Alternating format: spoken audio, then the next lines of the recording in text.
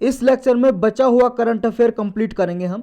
26 से 31 दिसंबर 2021 तक का करंट अफेयर इसमें पूरा करेंगे। फर्स्ट टॉपिक है पीएन पानीकर। ये रिसेंटली न्यूज में थे क्योंकि प्रेसिडेंट ने इनका एक स्टैचू अनवेल किया था, स्थापित किया था पीएन पानीकर जी का। केरल में तिरुवनंतपुरम में एक पूजापुरा नाम की जगह है, वहाँ पे एक स्टैचू लगाया गया। तो कौन थे ये जानना ये जरूरी है। 1909 से 1995 तक इनका जीवन काल था। पुथुवाइल नारायण पानीकर इनका पूरा नाम है। ये लाइब्रेरी मूवमेंट जो केरल में चला था उसके जनक माने जाते हैं, फादर माने जाते हैं। 19 जून को इनकी डेथ हो गई थी और डेथ एनिवर्सरी मनाई जाती है। और इस दिन को जून 19 को वया नदीनम के नाम से जाना जाता है। 1996 से ही इनकी डेथ हुई थी। 1995 में 19 जून को 1996 में वयानादीनम के नाम से जाना जाता है इनकी डेथ एनिवर्सरी को। वयानादीनम का मतलब होता है रीडिंग डे, केरल में बोलते हैं रीडिंग डे को वयानादीनम। 2017 में पीएम ने डिक्लेयर कर दिया था जून 19 को कि केरल का रीडिंग डे की तरह इसे सेलिब्रेट किया जाएगा और केरल के रीडिंग डे की तरह इसको नेशनल रीडिंग डे की तरह भी इंडिया में मनाया जाएगा जून 19 को। और इसके बाद ये नेशनल रीडिंग मंथ भी मनाया जाता है, सेलिब्रेट किया जाता है इंडिया में इस जून को। जो पानीकर थे उन्होंने देखो एक 1945 में त्रावणकोर लाइब्रेरी एसोसिएशन बनाई थी और केरल में इसको बोलते थे त्रुवुत्थमकूर ग्रंथशाला संगम, यानी कि त्रावणकोर लाइब्रेरी एसोसिएशन।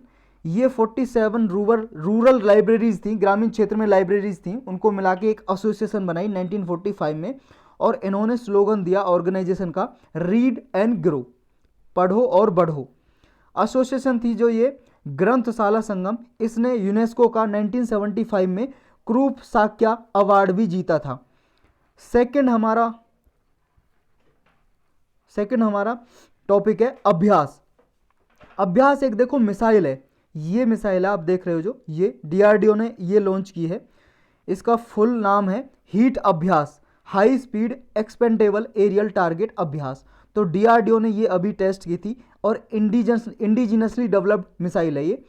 इंडिजिनसली का मतलब है जब कोई कंट्री अपने देश में उसको बनाता है, तो इसको ये याद रखना बस। इसमें ये अनमैन्ड एरियल टारगेट सिस्टम है, यानी कि आदमी के बिना इसको चलाया जा सकता है, मिसाइल को इंडिजिनसली डेवलप्ड है। नेक्स्ट टॉपिक है UNSC resolution 26 and 15। United nation security council का ये रिजोल्यूशन है, अभी उसने अडॉप्ट किया दिसंबर में। इसने ये रिजोल्यूशन है जो 26-15 है, आपको बस ये याद रखना किससे रिलेटेड है, ये अफगानिस्तान से रिलेटेड है। देखो अफगानिस्तान में आप सबको पता है तालिबान का रूल आ गया, तालिबान ने टेक ओवर कर लिया। वहाँ पे जो लोग हैं बहुत ही, वहाँ पे सहायता चाहिए वहाँ पे, तो लोगों को ह्यूमैनिटेरियन एड देने के लिए, मानवता के बेस पे सहायता देने के लिए ये इस रिजोल्यूशन ने कहा है कि तालिबान लोगों को सहायता दे, उनकी सहायता करे। जो भी ह्यूमन की नीड्स है, खाना चाहिए उन्हें, बेसिक फैसिलिटी चाहिए, वो मुहैया कराए, उन्हें उपलब्ध कराए। और इसमें देखो ये भी प्रोविजन रखा गया है कि हर 6 महीने में यूएनएससी के जो अधिकारी हैं जाकर देखेंगे अफगानिस्तान में कि वहाँ पे ह्यूमैनिटेरियन एड लोगों को सहायता दी जा रही है या नहीं दी जा रही है। तो बस इतना याद रखना है इसमें। नेक्स्ट टॉपिक है पर्ले मिसाइल। ये भी डीआरडीओ ने रिसेंटली एक मिसाइल ये टेस्ट किए। ये सरफेस टू सरफेस मिसाइल है, यानी कि सरफेस से चलाई जाती है और सरफेस में ही ये मार करती है। जैसे मान लो ये अर्थ सरफेस है यानी कि पृथ्वी की सतह, यहाँ से मिसाइल चलाई और यहाँ पे कोई टारगेट हिट करना है तो इस तरह से करेगी ये टारगेट। और ये बालिस्टिक मिसाइल है, क्वासी बालिस्टिक मिसाइल। बालिस्टिक का मतलब क्या होता है, देखो ये जो ट्रेजेक्ट्री है, एक क्या है मिसाइल जो हमने ऊपर पढ़ी, वो जैसे मान लो यहाँ से टारगेट, हवा में कोई टारगेट उड़ रहा है तो उसे टारगेट कर देगी। मान लो ये होगी सरफेस टू एयर मिसाइल, यानी कि एयर में कोई टारगेट मूव कर रहा है, हेलीकॉप्टर या कोई भी प्लेन, तो उसको मार गिराएगी। लेकिन ये बैलिस्टिक मिसाइल होती हैं सरफेस से लॉन्च की जाती है और सरफेस पे ही मार करती हैं। और एक होती है एयर टू सरफेस, यानी कि एयरप्लेन से वो एयर में उड़ रहा होता है कोई प्लेन हेलीकॉप्टर, वहाँ से मार करती हैं सरफेस पे, वो होती है एयर टू सरफेस। और ये है surface to surface ballistic missile, यानी कि इस तरह से ट्रेजेक्ट्री होगी इसकी, कर्व की तरह कर्व बनाएगी एक ये, तो लो ट्रेजेक्ट्री होगी इसकी, इसी वजह से क्वासी लगा दिया, यानी कि आधी बैलिस्टिक मिसाइल है ये सरफेस टू सरफेस। और ये क्या है, इसमें देखो ऐसी कैपेबिलिटी है जब ये उड़ रही होगी तो बीच में ही मिड एयर में ही ये अपना जो टारगेट है वो चेंज कर सकती है, यानी कि जैसे इस तरह से उड़ रही है ये टारगेट इस तरह से इधर की तरफ मोड़ा जा सकता है इसको, इसमें ये भी कैपेबिलिटी है इस मिसाइल में, तो ये याद रखना बस इसमें। और इसकी रेंज है 150 से 500 किलोमीटर तक, इतनी किलोमीटर तक ये मार कर सकती है। और इसको मोबाइल लॉन्चर से भी लॉन्च किया जा सकता है। मोबाइल लॉन्चर होता है, मान लो जैसे ये आपने देखा इस पे ये रखा है, ये मान लो कोई गाड़ी हो इसके नीचे, कोई भी गाड़ी हो सकती है, मान लो ट्रक हो कोई भी, उस पे चलते हुए, मोबाइल का मतलब चलता फिरता, चलते हुए उसको लॉन्च किया जा सकता है ऐसी मिसाइल को, परले मिसाइल को। नेक्स्ट, और देखो ये आर्मी की जो इन्वेंट्री है, मतलब आर्मी का जो गोदाम है उसमें परले लॉन्गेस्ट रेंज की सरफेस टू सरफेस मिसाइल है। आर्मी की इन्वेंट्री की बात कर रहे हैं हम, वैसे हमारे इंडिया के पास longest surface to surface missile Agni है। अग्नि आपने पढ़ा होगा, अग्नि 5 वर्जन है जो। नेक्स्ट टॉपिक है टोल का पीएम। ये टोल का पीएम एक बुक है, किताब है, इसका हिंदी ट्रांसलेशन किया जा रहा है और कन्नड़ ट्रांसलेशन, यानी कि इसमें हिंदी में भी कन्वर्ट किया जा रहा है और कन्नड़ भाषा में भी कन्वर्ट किया जा रहा है। और ये जो तमिल लिटरेचर था, ये टोल का पीएम, ये मिनिस्ट्री ऑफ एजुकेशन ने ये इशू किया है अभी रिसेंटली दिसंबर में। जो तमिल लिटरेचर है ये संगम इरा का है। संगम इरा आप जानते हो, असेंबली ऑफ पोइट भी बोलते हैं, यानी कि जो कवि हैं उनकी एक सभा संगम, उस टाइम में संगम इरा में ये इसको बनाया गया था, टोल का पीएम को लिखा गया था टोल का पियर नाम के लेखक ने। ये ऑथर हैं टोल का पियर, इन्होंने लिखी थी टोल का पीएम नाम की बुक। ये अर्लीस्ट तमिल लिटरेरी वर्क भी समझा जाता है, सबसे पहले कोई तमिल भाषा में कोई किताब लिखी थी तो टोल का पीएम समझा जाता है। और मेनली देखो ये तमिल ग्रामर पे है, तमिल का जो ग्रामर है, व्याकरण है, उस पे बेस्ड है, लेकिन इसमें उस टाइम की पॉलिटिकल सोशियो इकोनॉमिक कंडीशन भी लिखी हुई है कि लोग किस तरह से रहते थे। तो सारी जो तमिल ट्रेडिशन है इसमें लिखी हुई है सेकंड संगम एज की। तो इसको ट्रांसलेट किया जाएगा 2 भाषाओं में, हिंदी और कन्नड़ में। नेक्स्ट है गुड गवर्नेंस इंडेक्स 2021। ये देखो हर साल रिलीज की जाती है 25 दिसंबर को।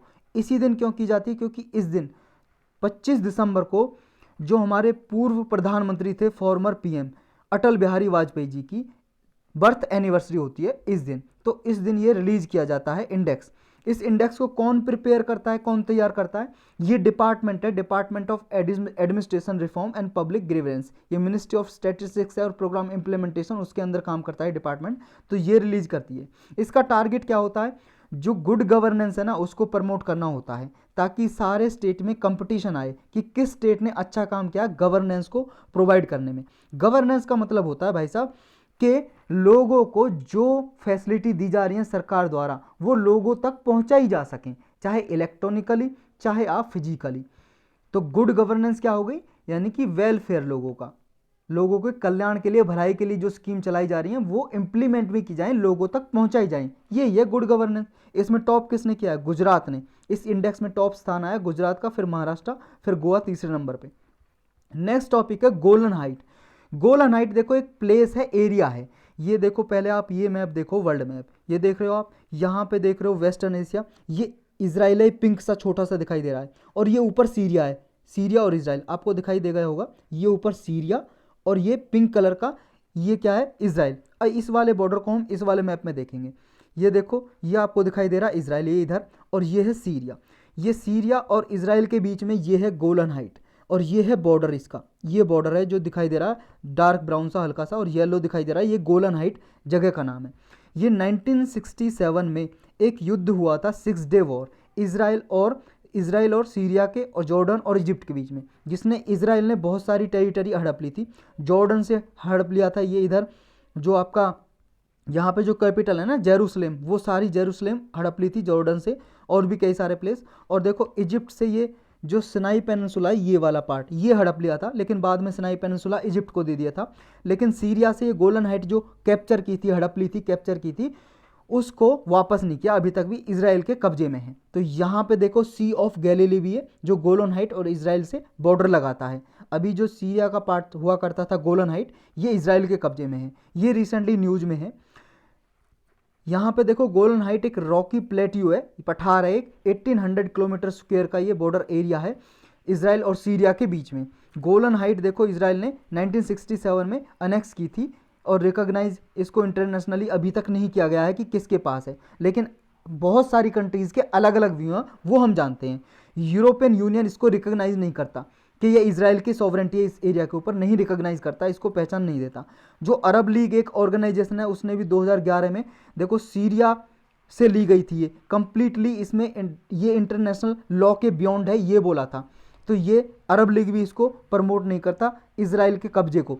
इजिप्ट है, जो इजिप्ट ने भी 1979 में इजराइल के साथ पीस करने के लिए स्थापित की पार्टनरशिप, लेकिन ये जो गोलन हाइट है वो सीरियन टेरिटरी का पार्ट मानता है इजिप्ट भी। और इंडिया का क्या कहना है, इंडिया भी ये कहता है कि इसको गोलन हाइट को इजराइल की टेरिटरी नहीं मानता, इजराइल का पार्ट। वो कहता है कि इसको सीरिया को वापस रिटर्न कर देना चाहिए, इजराइल को वापस देना चाहिए सीरिया को, गोलन हाइट जो एरिया हड़प रखा है सीरिया को वापस दे दे, ये इंडिया का मानना है। 2019 में यूएस प्रेसिडेंट थे जो डोनाल्ड ट्रंप, उन्होंने ये घोषणा की थी कि यूएस अमेरिका रिकॉग्नाइज करेगा कि गोलन हाइट पे इजराइल की सॉवरेंटी है, कि इजराइल का ही पार्ट है गोलन हाइट। अभी न्यूज में क्यों था, अभी इसलिए था, इजराइल के जो प्राइम मिनिस्टर हैं नेफ्ताली बेनेट, इन्होंने रिसेंटली अनाउंस किया कि जो वहां पे गोलन हाइट में इजराइल के पर्सन रहते हैं उनको डबल किया जाएगा, वहां पे डबल सेटलमेंट की जाएगी, इसलिए न्यूज में आया। नेक्स्ट टॉपिक है 110th anniversary of the first time Jana Gana Mana. Jana Gana मन क्या है, हमारा नेशनल एंथम है, राष्ट्रीय गान, जो आपके स्कूलों कॉलेजों में तो खैर नहीं बुलवाया जाता, स्कूलों में बुलवाया जाता था प्रार्थना में, जनगण मन अधिनायक जय हो। उसके 110 साल पूरे हो चुके हैं, ये 27 दिसंबर को 110 साल पूरे हो गए इसकी। 1911 में इंडियन नेशनल कांग्रेस का जो सेशन था, अधिवेशन हुआ था, ये उसमें ये गाया गया था पहली बार 27 दिसंबर 1911 को। तो ये डेट आपको याद रखनी कि कब गाया गया और कौन से सेशन में, कलकत्ता सेशन में गाया गया था, कलकत्ता में सेशन हुआ था, इंडियन नेशनल कांग्रेस का अधिवेशन हुआ था 27 दिसंबर 1911 को, तब ये गाया गया था। और उस टाइम से अब तक 110 साल पूरे हो चुके हैं इसके। जो जनगण मन है, ये देखो इंडियन गवर्नमेंट ने आज़ादी के बाद 24 जनवरी 1950 को जो हमारी कॉन्स्टिट्यूंट असेंबली थी उसने 24 जनवरी 1950 को, यानी कि हमारे संविधान के 2 दिन पहले अडॉप्ट किया था, जब यानी कि जब हमारा संविधान लागू हुआ था, इंप्लीमेंट अडॉप्ट तो कर लिया था 26 नवंबर 1949 को, लेकिन 26 जनवरी 1950 को लागू हुआ था। तो उससे 2 दिन पहले 24 जनवरी को नेशनल एंथम को अडॉप्ट किया था, कॉन्स्टिट्यूंट असेंबली ने अपना लिया था राष्ट्रीय गान की तरह इस जनगण मन को। और इसी के साथ नेशनल सॉन्ग को भी अडॉप्ट किया था 24 जनवरी को ही, जो है ना वंदे मातरम हमारा नेशनल सॉन्ग, उसको भी अडॉप्ट किया था। ये किसने लिखा था जनगण मन, ये लिखा था जनगण मन रविंद्रनाथ टैगोर जी ने। इसका पहला जो पैराग्राफ है वो जनगण मन, उसके बाद भारत भाग्य विधाता, आपने पता ही होगा, आपने गाया होगा कभी ना कभी, तो ये नेशनल एंथम। नेक्स्ट टॉपिक है जीआई टैग। जीआई टैग क्या होता है और अभी न्यूज में क्यों है, ज्योग्राफिकल इंडिकेशन टैग, इस नाम से एक एक्ट बना हुआ है हमारे इंडिया में 1999 का। ज्योग्राफिकल इंडिकेशन ये एक्ट है, प्रिवेंशन एंड ये करके कुछ एक्ट है, वो बना हुआ है 1999 का। इसके थ्रू कोई भी मान लो कोई प्रोडक्ट है, एग्रीकल्चर प्रोडक्ट है या फैक्ट्रियों में बनाया जाता है या हैंडमेड प्रोडक्ट है, हाथों से बनाया हुआ बुना हुआ, कोई जर्सी स्वेटर कुछ भी हो सकता है भाई साहब, इसको ज्योग्राफिकल टैग दिया जाता है किसी एरिया का, अगर उसमें कोई यूनिक प्रॉपर्टी और कहीं पे नहीं पाया जाता है ऐसी प्रॉपर्टी, जब उसको मिल जाता है मान लो टैग किसी भी प्रोडक्ट को, मान लो किसी एग्रीकल्चर चावल को दे दिया, राइस को, या चाय को दे दिया, टी को, कहीं पे उगाया जाता है, कोई चाय अच्छी तरीके की होती है। जैसे सबसे पहला जो जीआई टैग दिया था 2004 में दिया था दार्जिलिंग टी को, दार्जिलिंग एक जगह है वेस्ट बंगाल में, दार्जिलिंग टी को दिया गया था सबसे पहले ज्योग्राफिकल टैग, यानी कि अब इसको टैग मिल गया 10 साल के लिए, 10 साल तक इस नाम से कोई दूसरी जगह पे नहीं बेच सकता कि ये दार्जिलिंग टी है उस नाम से। इसको देखो एक्सटेंड भी किया जा सकता है आगे 10 साल के लिए, और भी बढ़ाया जा सकता है कितने भी टाइम के लिए। अभी न्यूज में इसलिए आया, अरुणाचल प्रदेश में एक कंपनी है जिसका नाम है जीत जीरो प्रोड्यूसर कंपनी लिमिटेड, इसने एक अप्तानी टेक्सटाइल प्रोडक्ट के लिए अरुणाचल प्रदेश में जीआई टैग की डिमांड की है। कहाँ पे डिमांड की जाती है इसकी, देखो चेन्नई में एक ऑफिस बना हुआ है ज्योग्राफिकल इंडिकेशन को रजिस्टर करने के लिए, वहाँ पे रजिस्टर ऑफिस है चेन्नई में, तमिलनाडु में जो चेन्नई है वहाँ पे रजिस्टर कराया जाता है, आजकल तो ऑनलाइन हो जाता है। तो अप्तानी वीव है क्या, अप्तानी देखो, अप्तानी नाम की एक ट्राइब है, अनुसूचित जनजाति में लोग आते हैं, अनुसूचित जनजाति में, तो ये ट्राइब है जो कास्ट है या मान लो एक जाति है, वो बनाते हैं इसको अप्तानी ट्राइब। यहाँ पे जीरो नाम की एक जगह है, हेडक्वार्टर है इसका, सुबनसिरी डिस्ट्रिक्ट का जीरो नाम की जगह है, वहाँ पे लोग बनाते हैं इसको, ये अप्तानी ट्राइब के लोग। ये देखो ट्राइब जो बनाते हैं इसमें zig zag pattern, geometric pattern, angular design, यानी कि जैसे ट्राइंगल या स्क्वायर, ये या आपका स्क्वायर बना दिया या ट्रायंगल बना दिया, सर्कल बना दिया, ऐसे इसमें पैटर्न भी देखने को मिलते हैं। इस जो कपड़ा बनाते हैं ये सॉल की तरह का होता है, सॉल जैसे आप ओढ़ते हो सॉल, इसको जिग जीरो या जिलन या जैकेट के नाम से भी जानते हैं, या सुप्तान सुप्तान ये सुप्तान ये क्या है, स्पून तारी के नाम से भी जानते हैं। तो यहाँ पे जो पीपल बनाते हैं इसमें ये लीव्स पत्ते यूज करते हैं प्लांट के, और प्लांट के पत्ते यूज किस लिए करते हैं, डाई बनाने के लिए, जो इस पे रंग चढ़ाते हैं ना, कलर चढ़ाने के लिए। और ओनली वुमन यहाँ की इसको वीव करती है, बुनती हैं, केवल महिलाएं बुनती हैं यहाँ पे अप्तानी ट्राइब की।